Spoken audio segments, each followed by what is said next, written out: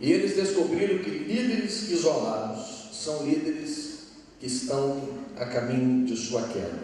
Depois, eles encontraram um problema moral, um adultério, algum pecado de natureza moral, sexual, que levou esse líder à sua queda.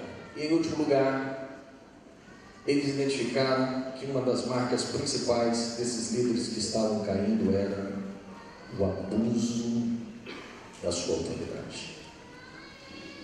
O abuso do poder que estava em suas mãos.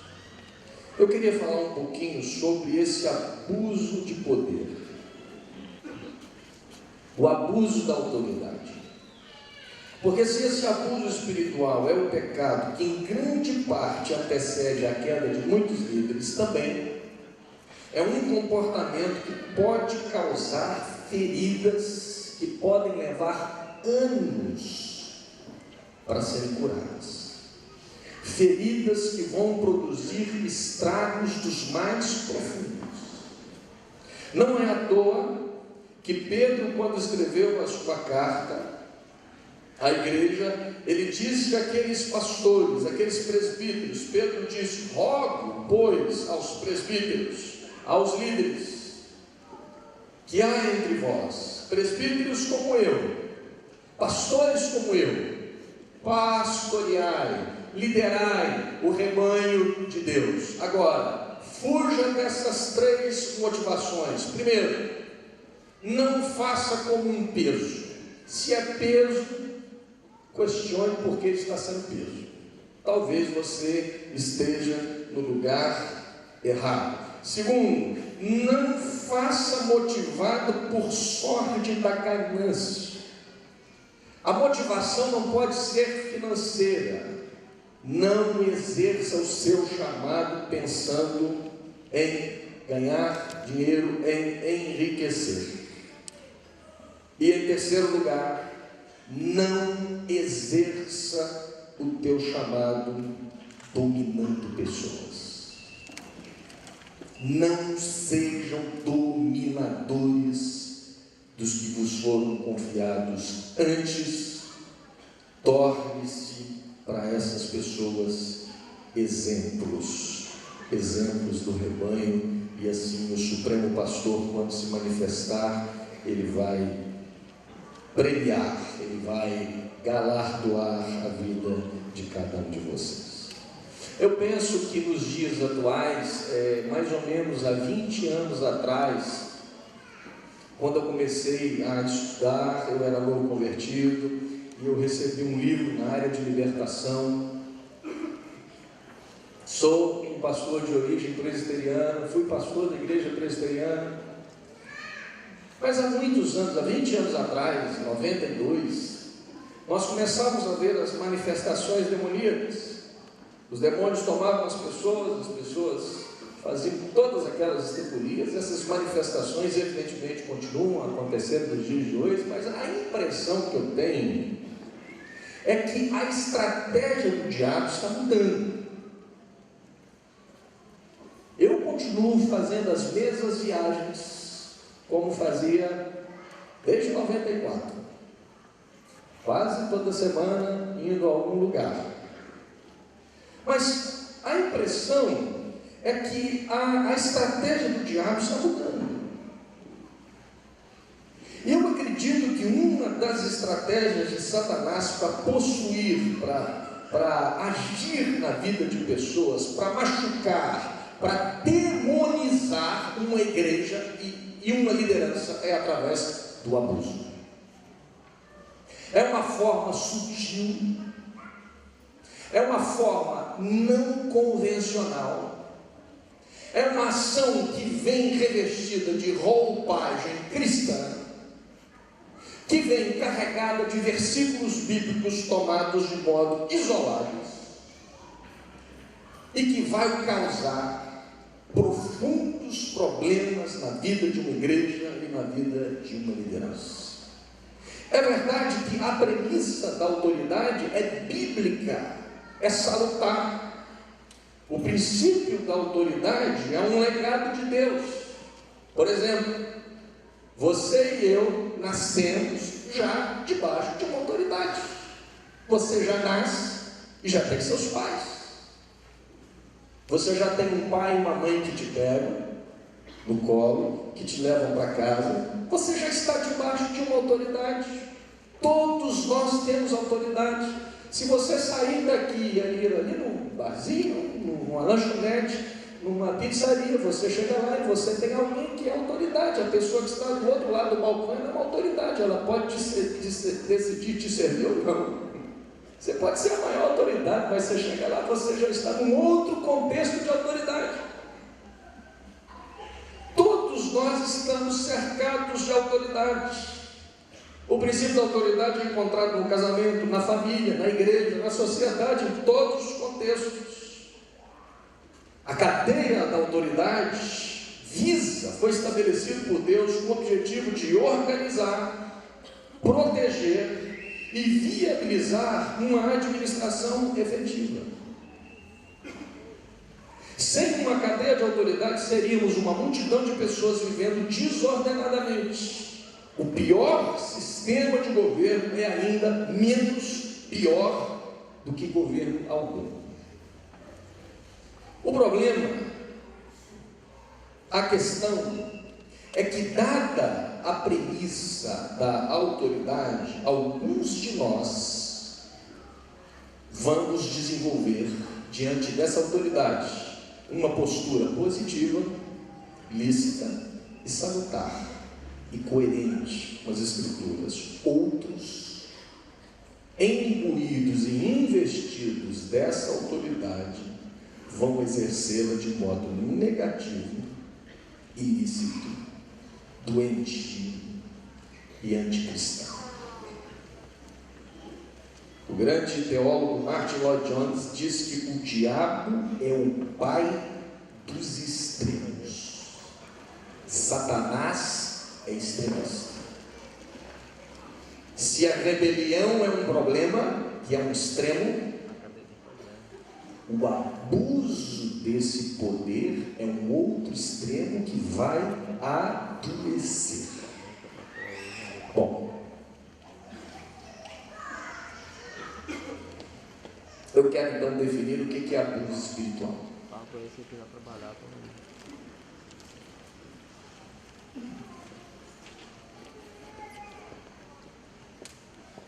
Como não dá para todo mundo ler, eu acho. Dá para ler? Então eu vou ler para vocês. O abuso espiritual pode ser definido. O que é o abuso espiritual? Então, vamos fazer uma definição. O abuso espiritual pode ser definido como um encontro entre uma pessoa fraca e uma pessoa forte, em que a forte usa o nome de Deus para influenciar a fraca e levá-la a tomar decisões que acabam por diminuí-la física, material, espiritual ou emocionalmente. Eu vou repetir. O abuso espiritual é um encontro entre uma pessoa fraca e um líder forte, em que esse líder forte usa o nome de Deus para influenciar a fraca e leva ela a tomar decisões que vão acabar por diminuí-la física, material, espiritual ou emocionalmente. Irmãos, a grande verdade, quando a gente pensa no ser humano, quando a gente pensa em todos nós, eu fico pensando, por exemplo, naquela palavra de Gênesis capítulo 3, quando a serpente disse a Eva, na tentação do Éden, a serpente disse a Eva, porque Deus sabe que no dia em que dela comerdes, como Deus. Olha a tentação. Olha, Eva, presta atenção, Eva. Deus sabe que no dia em que dela comerdes, como Deus, sereis conhecedores do bem e do mal. Sabe uma coisa? Você pode ser como Deus. Você pode gozar dos atributos divinos. Você pode galgar essa mesma posição de Deus, e Deus sabe disso.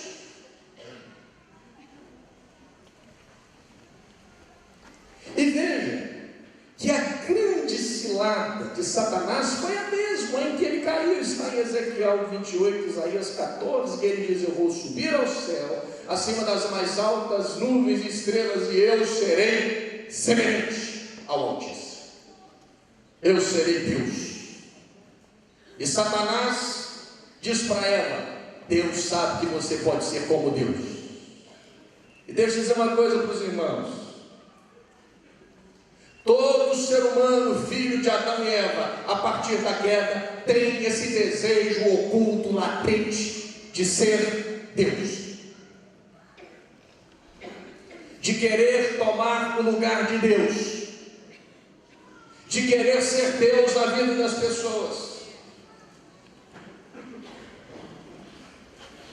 Há um autor que muito tem me impactado, chamado Eugene Peterson. Esse homem escreveu um livro que eu acho que todo pastor deveria ler. Chama-se A Vocação Espiritual do Pastor.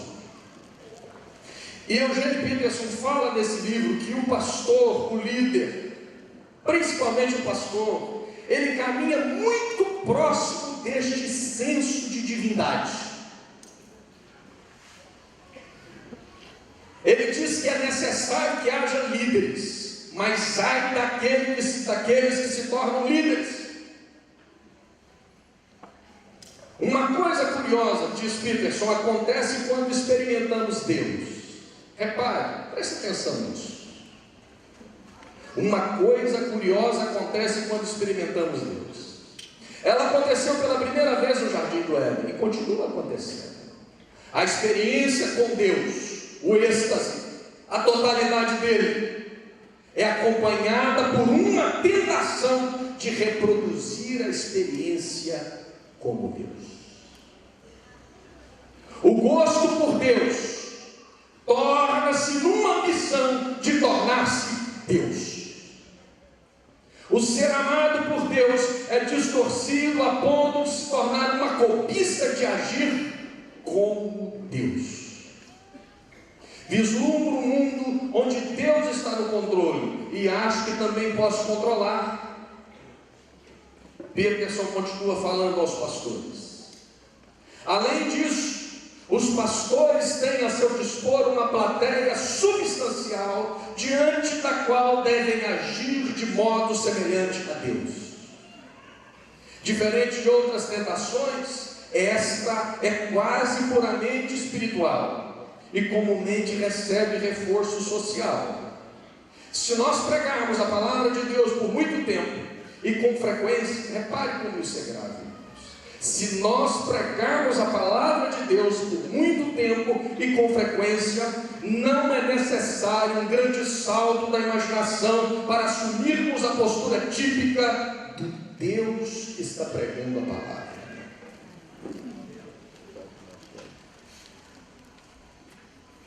Se a postura é reforçada pela credibilidade admiradora das pessoas ao redor, benefícios de poder e bajulação começarem a ser desfrutados, eu certamente continuarei a fugir da presença do Senhor, pois lá fica o lugar onde certamente serei exposto como um enganador.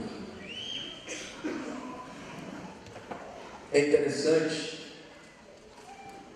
porque a ideia é que se nós estivermos próximos de Deus, nós estaremos livres desse senso de vaidade, de divindade. Mas pense, por exemplo, nos discípulos de Jesus. Caminhavam com Jesus. Aparentemente, esses homens deveriam estar livres dessa soberba. Mas você note que o mestre em todo tempo precisou chamar a atenção de cada um deles acerca desse mesmo espírito. Quem dentre nós é o maior?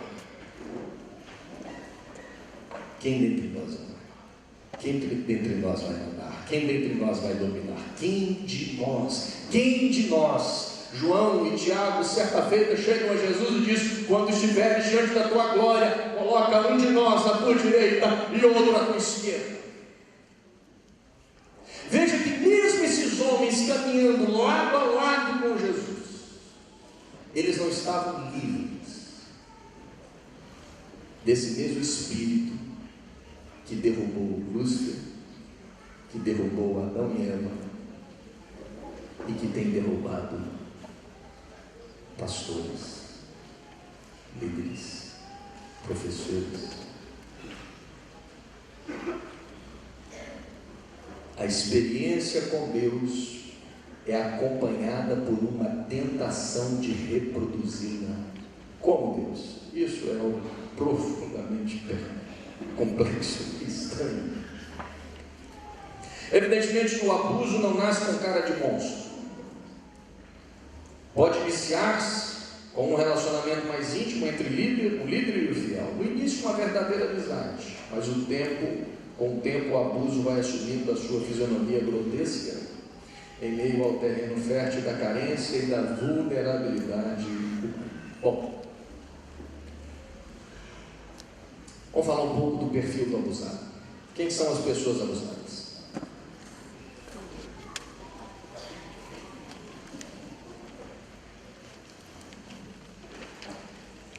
Em primeiro lugar, as pessoas abusadas, pensando no aspecto intelectual, independe de classe social ou grau de instrução. Poderia-se pensar que o indivíduo abusado seria um indivíduo de uma classe mais baixa ou de um grau de instrução de pobre. Pelo contrário, as pesquisas mostram que o abuso acontece em todos os contextos sociais e independe do grau de instrução da pessoa. Segundo lugar,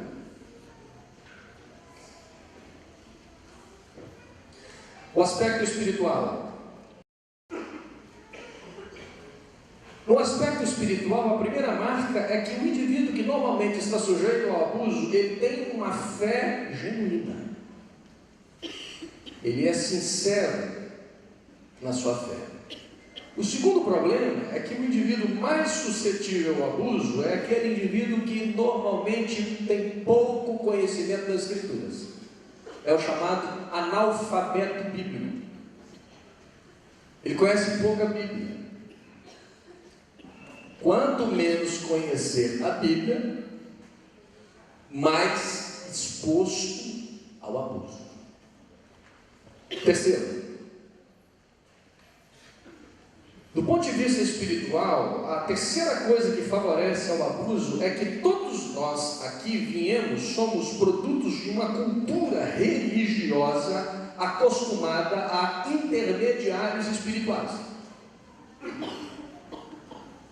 O indivíduo, no passado, o santo dele era o São Jorge. Aí ele vem para a igreja, agora é o pastor Jorge. Ele só trocou o intermediário. Veja que se ele vem do catolicismo, da idolatria, se ele vem do espiritismo, são religiões em que elas vão a Deus através de santos, de espíritos. É uma cultura de intermediários. Então uma pessoa vem para a igreja, só que na cabeça dela são anos e anos dessa cultura. Como é que eu vou direto a Deus? Eu preciso de um intermediário. A pessoa, então, do ponto de vista da cultura religiosa, ela se vê obrigada a buscar um intermediador dessa relação entre ela e Deus. No passado, os santos, os espíritos, agora ela toma o líder.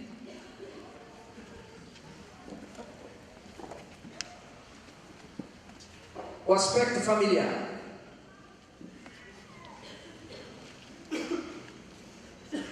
O indivíduo abusado, normalmente, ele pode vir de dois contextos familiares. Primeiro, muitas pessoas que são suscetíveis ao abuso são pessoas que já cresceram abusadas em casa. Eu não estou falando só de abuso sexual, porque existem N formas de se abusar. Mas muitas vezes esses filhos, eles já cresceram debaixo do autoritarismo desses pais. Então veja, a criança, ela já está, essa pessoa, ela já vem desse lar, e ela já está acostumada com o abuso. Quando ela vai a uma congregação em que o líder é do tipo abusador, ela não sente a diferença. Por quê? Porque já está acostumada. Ela já cresceu num ambiente em que ela não podia perguntar, ela não podia discordar, ela não podia dar uma opinião. Então, uma criança que aprende a obedecer à força e a ser boazinha na marra, apresenta maior probabilidade de tornar-se um adulto tolerante ao abuso. Então, a pessoa passa pelo abuso porque ela já veio de abuso dentro de casa. Só trocou os lugares. E às vezes ela vai a um lugar, e se naquele lugar o líder não é do tipo abusador, ela às vezes vai querer buscar um outro lugar para ser abusada. Porque é o costume, ela foi preparada para ser abusada, vamos assim dizer.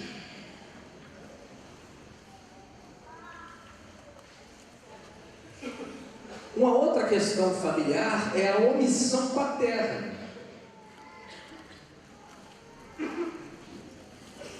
Da mãe vem o polo afetivo, os vínculos e a capacidade de se relacionar. Do pai vem a lei, a direção, a missão. O pai é o cabeça. O pai é o protetor. O pai é o que dá a lei. E quando falta esse pai? Se não tem um pai, o ser humano vai tentar reparar essa falta de pai. Tem um vazio de pai. Lembra do filho pródigo? Ele rompeu com o pai e ele vai se agregar a uma autoridade da terra. Ele vai buscar um outro pai. Ele tem esse vazio de pai. Quando um membro tem essa falta do pai e chega numa igreja, numa congregação, e ele se depara com um líder saudável, um líder sensato, um líder que exerce uma liderança saudável, salutar, vai ser uma bênção. Mas se ele tem essa falta de pai, essa carência, e vai para um lugar em que essa liderança é do tipo abusador e autoritário, aí vai se instalar o quadro bom.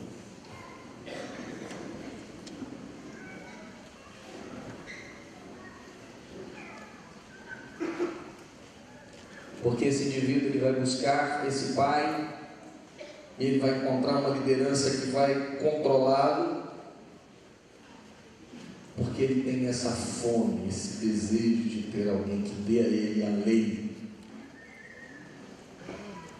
E esse abusador vai fazer isso de modo que aparentemente vai suprir, mas vai produzir muitos e muitos estragos.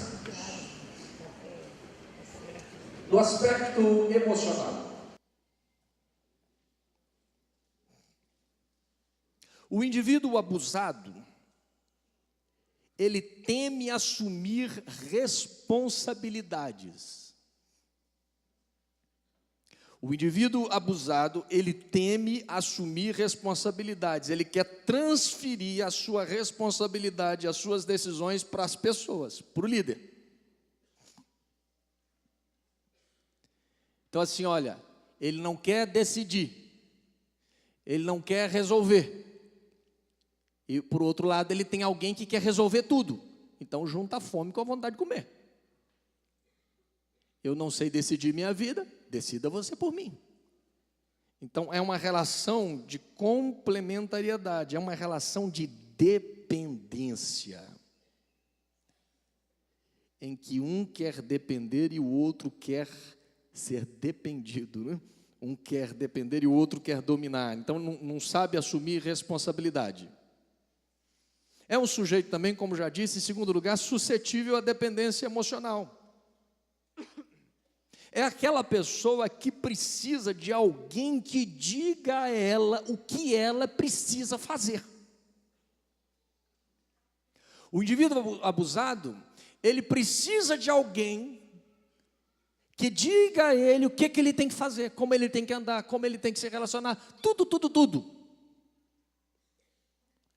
Então ele vai passar de modo nocivo a depender daquele outro que vai dar a ele todas as coordenadas, sem que ele assuma nenhuma postura responsável pela vida e pelas suas decisões.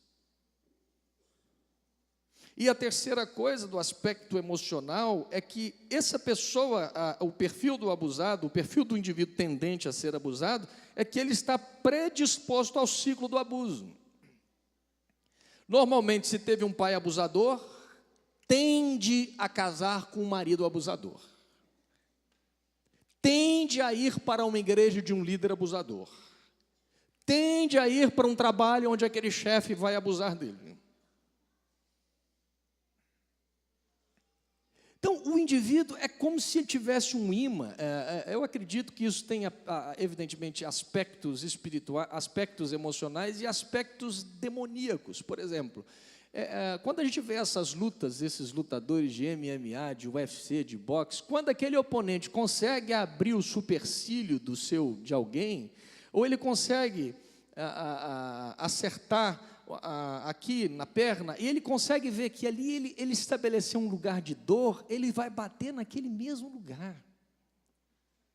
Se o supercílio vai estar aberto, não tenha dúvida, ele vai querer bater naquele mesmo lugar, para abrir mais, de repente a pessoa não tem condições de lutar mais. Então o indivíduo, quando ele tem uma ferida, o diabo começa a mover as coisas e, de repente, essa pessoa ela está sempre, a vida inteira, sendo machucada na mesma área.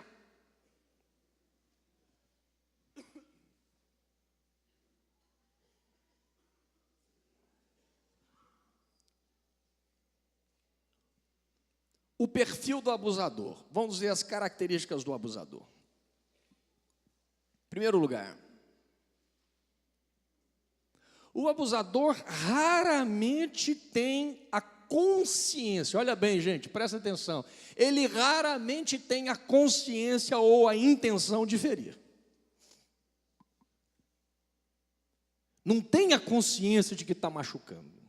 Raramente, pode ser que tenha, mas raramente ele vai ter essa consciência e essa intenção. Na maioria das vezes, essas pessoas são até ingênuas quanto ao mal que estão causando. Na cabeça do líder abusador, ele tem uma missão e ele acredita que os seus atos fazem parte dessa missão. Então, ele não tem a consciência de que ele está lesando, machucando pessoas. Então, ele não está fazendo isso intencionalmente, mas está fazendo, mas não sabe.